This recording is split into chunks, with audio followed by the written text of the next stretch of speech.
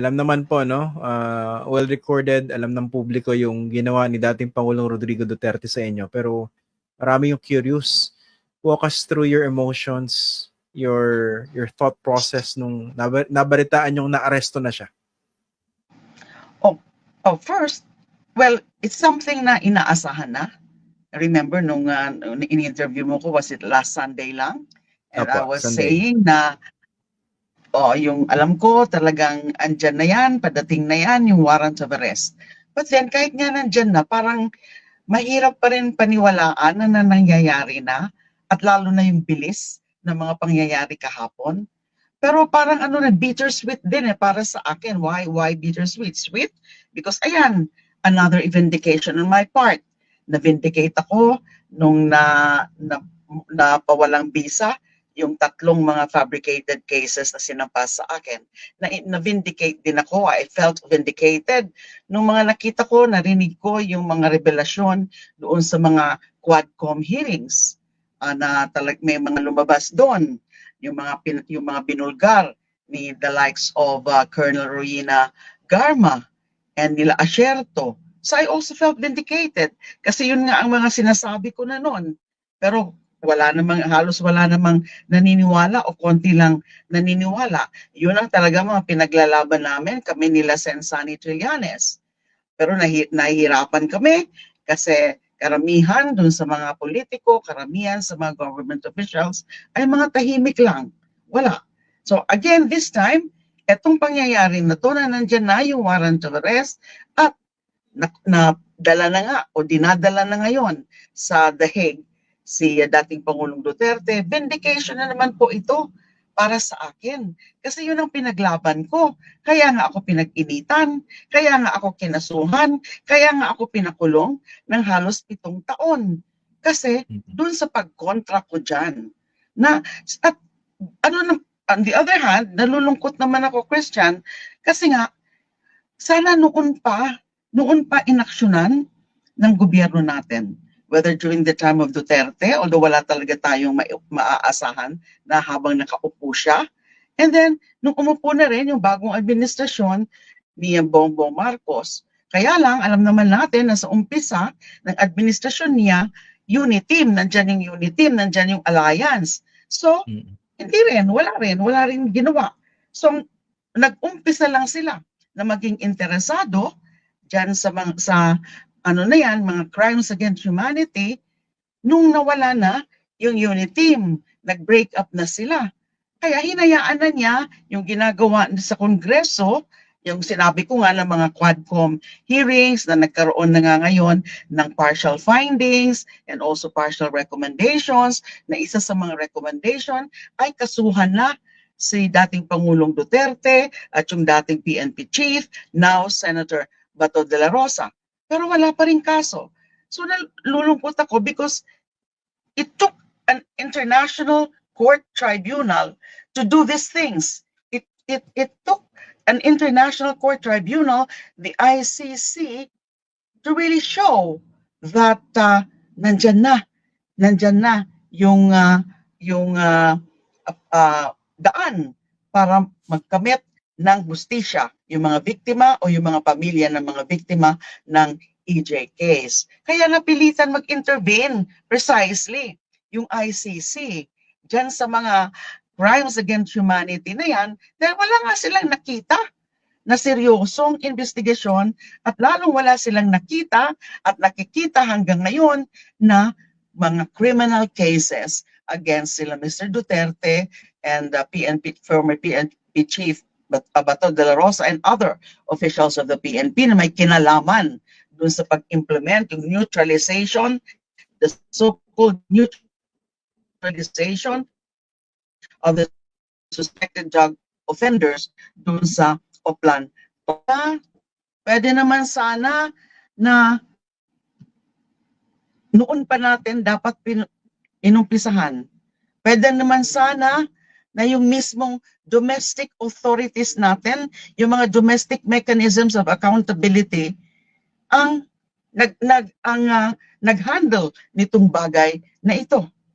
So hindi naman, even if I've been really advocating for justice for the victims, Actually, hindi ko naman talaga, kung ako ang tatanungin, sana hindi na yung International Tribunal ang nag-assume ng jurisdiction at para imbestigahan yan.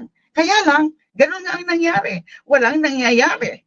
At syempre, the victims, the families of the victims were crying out for justice. And nandyan yung Rome Statute, and precisely yung ICC was set up kapag nakukulangan, walang ginagawa, o hindi seryosong ginagawa nung bansa, yung estado na dapat nag-iimbestiga at nagpro-prosecute dun sa mga perpetrators of this heinous crimes, including crimes against humanity. Opo. Ano yung mga tumatakbo po sa isip nyo nung nadidinig nyo si dating Pangulong Rodrigo Duterte, kanyang mga abogado, mga taga-suporta, umaaray at sinasabing hindi raw siya nabibigyan ng due process nung inaaresto siya? Nako, napaka-ironic niyan. That's hypocrisy actually. Ngayon lang nila nakita yung value ng due process. Alam naman natin, binigyan ba nila ng due process yung mga biniktima nila? Wala. Yung mga pinatay na lang basta-basta, hindi hinuli, hindi finala ng kaso, at hindi kinulong, kundi pinatay. Wala, absolutely. Walang due process. Naiisip ba nila noon?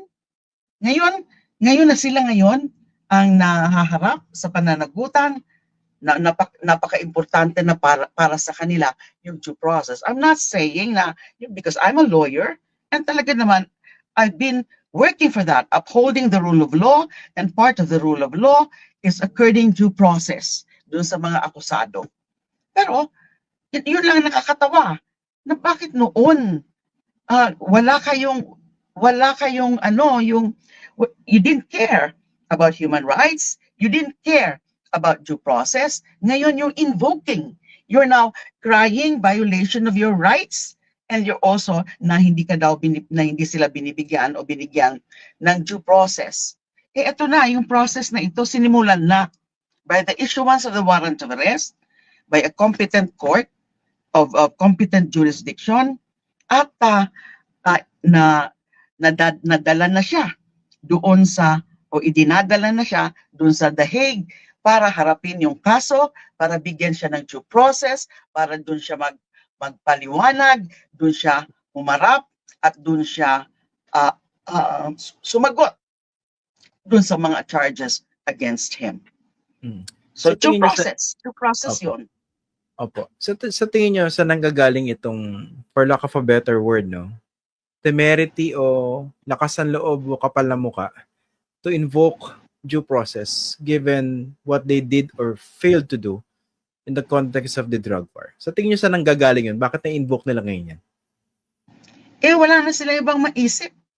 Yung wala silang ibang maisip kundi play the victim's card, na hindi naman sila yung victims. Sila yung perpetrators. Malinaw yun. Libo-libo yung mga biktima. So ngayon, wala na silang ibang maisip na para to get the sympathy of most people, yung lalo na dun sa kanilang mga supporters, yung mga fanatics nila, na para, they try to agitate, they're crying such violations of due process, human rights, para ang akala nila, sa tingin nila, ay yun ang paraan para makakuha ng sympathy dun sa kanilang mga supporters. Yes, of course, nandyan pa yung mga supporters nila. But I doubt kung makakakuha talaga sila ng sympathy for the rest of the people in our country. Kasi sa tingin ko, karamihan ay suportado itong mga pangyayari. Sa tingin ko, karamihan ng mga kababayan natin ay talaga namang gusto nila na magkaroon ng hustisya. At ito na, nakita na nila na nandyan na. Now, yung pagsasabi na ganun nga, hindi dumaan ng tamang proseso, due process, hindi respeto yung kanyang mga karapatan, ay siguro, laying down the predicate, Kasi siguro alam nila na pwede pa nila yan erase doon sa yung tinatawag na stage ng confirmation of charges. Because at that stage, pwede pa talagang mag-raise ng iba-ibang mga issues, including the jurisdiction. Narinig ko kanina yung later part of your discussion with Attorney Ruben Carranza na ganun nga, na you can raise actually any issue that you would want to raise concerning the charges.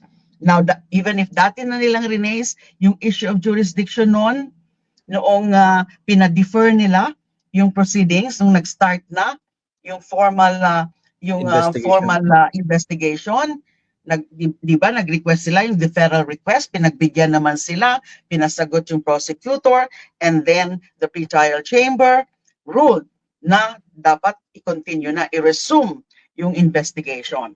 Na kahit meron dong issue rin ng jurisdiction, pero hindi pa talaga masyadong na-settle yan, lalo na merong dalawang dissents. Pero ang malinaw, yung majority nung 5 na yon, nung members ng pretrial chamber or the appeals chamber, ay sinabi nila, you can go ahead, you can resume the investigation dahil nga meron batayan, merong reasonable basis to continue with the investigation.